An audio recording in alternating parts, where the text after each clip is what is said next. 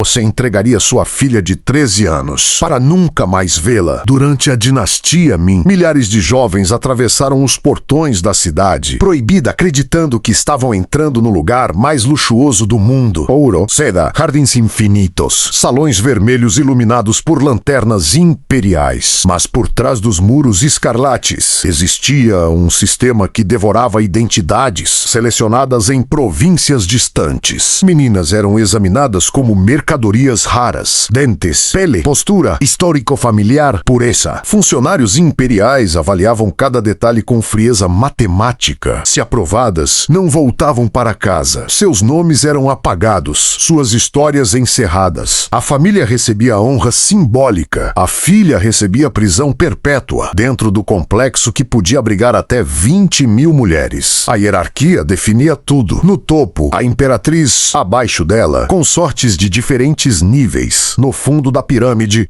servas invisíveis. Todas existiam por um único propósito: servir ao imperador. O dia começava antes do amanhecer. No inverno congelante de Pequim, jovens vestindo apenas sedas finas eram enviadas aos jardins para coletar orvalho matinal menos considerado, ingrediente puro para rituais internos. Mãos tremendo, pés dormentes, respiração formando névoa no ar. Fracassar significava punição. Eunucos, homens castrados, leais apenas ao trono, supervisionavam cada movimento. Um olhar considerado insolente podia resultar em chicotadas. Um boato de deslealdade podia terminar em desaparecimento. A cidade proibida não era apenas um palácio. Era uma máquina de vigilância. Cartas eram censuradas. Contato com o mundo exterior era proibido. Nenhuma visita, nenhuma despedida, nenhuma fuga. A rivalidade florescia no silêncio. Estar próxima do imperador significava poder, segurança,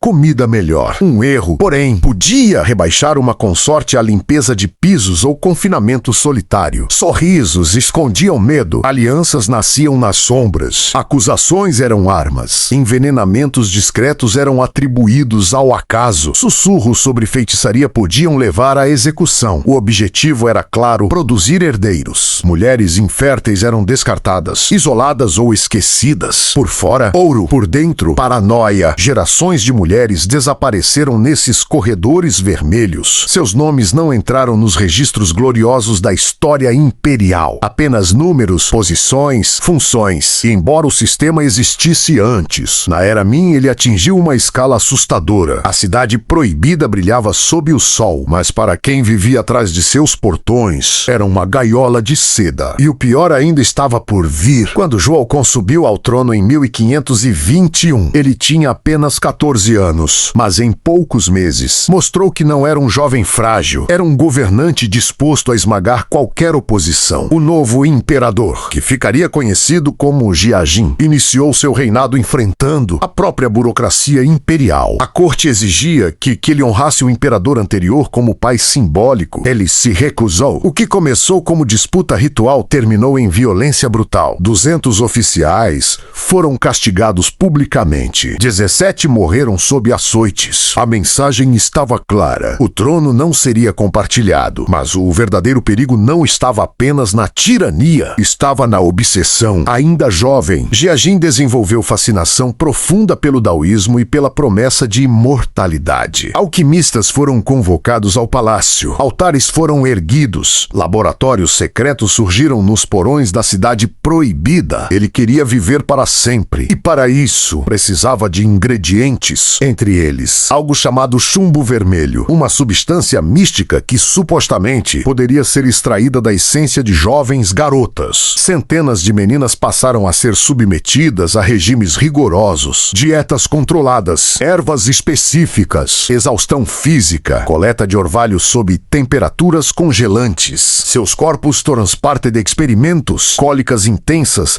hemorragias, desmaios frequentes, mortes silenciosas. Os registros oficiais chamavam de processo espiritual. Na prática, era tortura disfarçada de fé. Enquanto invasões mongóis ameaçavam as fronteiras e fome assolava províncias, Jiajin se isolava nos aposentos internos. Comunicava-se com ministros apenas por meio de bilhetes entregues por eunucos. O império ardia lá fora. Dentro do palácio, fornos queimavam dia e noite. Pílulas alquímicas eram preparadas com substâncias tóxicas menos arsênico, mercúrio, chumbo. O imperador Kumas, acreditando que cada dose o aproximava da eternidade, na verdade, aproximava-se da paranoia. As concubinas passaram a ser vistas não apenas como possíveis mães de herdeiros, mas como recursos descartáveis. Antes de cada noite, inspeções humilhantes garantiam pureza absoluta. Qualquer suspeita resultava em isolamento, banhos escaldantes ou celas úmidas. O harém deixou de ser apenas um jogo de status. Transformou-se em armadilha mortal. Alquimistas ampliaram operações. Garotas alimentavam fornalhas com as próprias mãos, inalando vapores que queimavam pulmões e olhos. E quanto mais os elixires falhavam, mais vítimas eram exigidas. Mas o medo constante começou a unir sobreviventes. Sussurros surgiram nos corredores, olhares trocados no silêncio. E, pela primeira vez, algumas mulheres começaram a perceber que, se nada fosse feito, elas jamais sairiam vivas dali. A semente da revolta havia sido plantada. O ano era 1542. Dentro da cidade proibida, o medo já não era apenas rotina, era sobrevivência. Depois de anos de abusos, rituais forçados e mortes silenciosas, algo mudou. O desespero começou a superar o terror. E 16 concubinas decidiram fazer o impensável. Naquela madrugada do ano Renin, o imperador Jiajin dormia profundamente em seus aposentos privados. Incenso queimava lentamente. Lanternas projetavam sombras suaves nas paredes vermelhas. Parecia uma noite comum, mas não era. Lideradas pela consorte Duan e por Lady Yang, as mulheres se moveram em silêncio absoluto. Elas conheciam o risco, sabiam que, se falhassem, não haveria punição comum, haveria exemplo. Quando entraram no quarto, o coração de cada uma batia mais alto que os tambores de guerra. Lady Yang foi a primeira. Com um pesado queimador de incenso de bronze, atingiu a cabeça do imperador com força. O impacto ecoou pelo quarto. Ele não morreu, atordoado, mas vivo. Era preciso agir rápido. Outras avançaram com cordões de seda, tentando estrangulá-lo. Mãos trêmulas puxavam o tecido enquanto o corpo do imperador reagia em desespero. Por segundos, o destino do império esteve suspenso entre respirações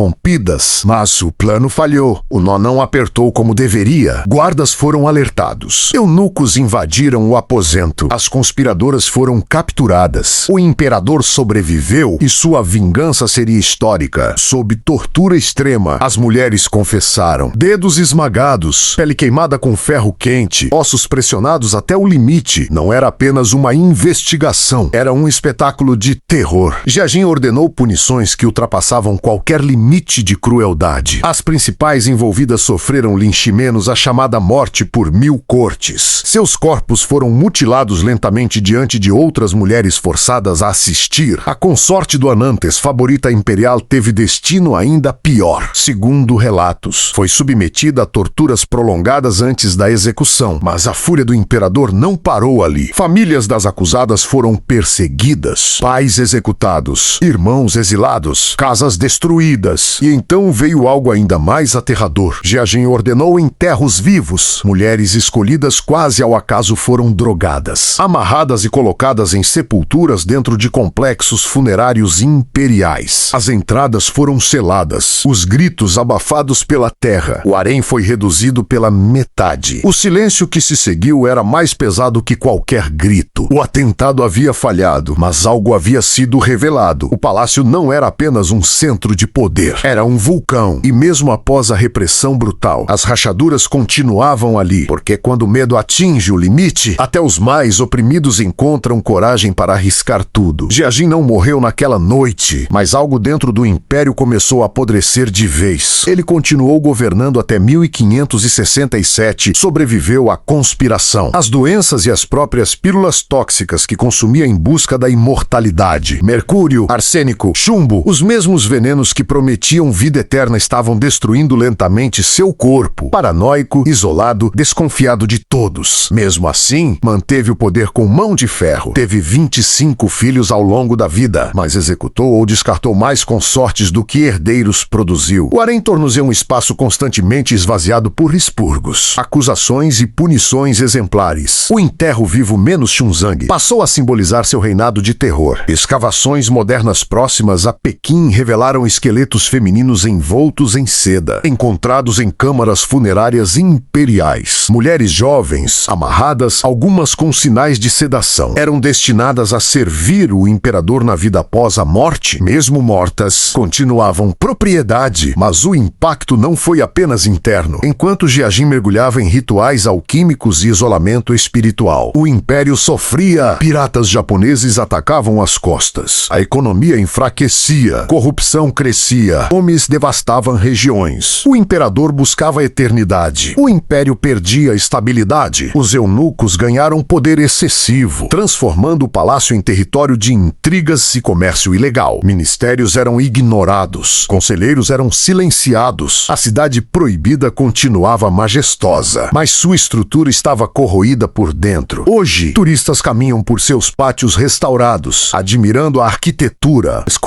os telhados dourados. Poucos imaginam que ali, sob o brilho imperial, ecoaram gritos que nunca entraram nos livros oficiais. As concubinas da Era Ming não foram heroínas celebradas. Foram engrenagens descartáveis de uma máquina imperial que priorizava linhagem, poder e superstição acima da vida humana. O atentado de 1542 foi raro, mas revelou algo fundamental. Mesmo dentro do sistema mais rígido, existe limite para o sofrimento humano. Jiajin morreu convencido de que havia derrotado a morte. Não conseguiu. Seu legado não é imortalidade, é advertência. A cidade proibida permanece de pé, mas suas sombras ainda contam histórias que o ouro não consegue esconder. E entre essas sombras estão as mulheres que pagaram o preço da obsessão de um imperador.